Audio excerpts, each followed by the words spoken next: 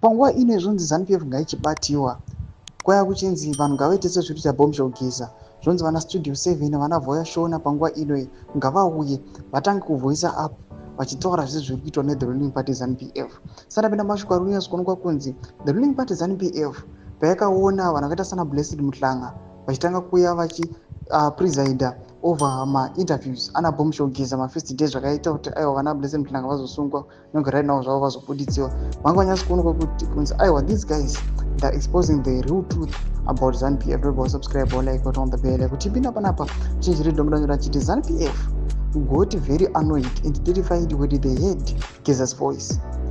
They were surprised. Blessed Muhlanga and HSTV provide a platform for all voices in Zimbabwe. More progressive voices are needed in Zimbabwe.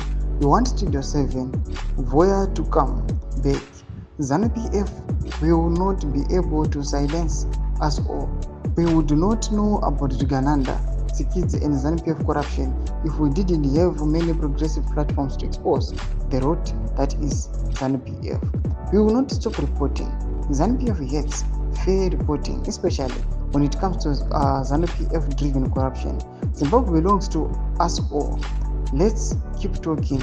Share progressive channels with family and friends. You are the change. By sharing, you will be playing your part. Change will take us all. Let's do it.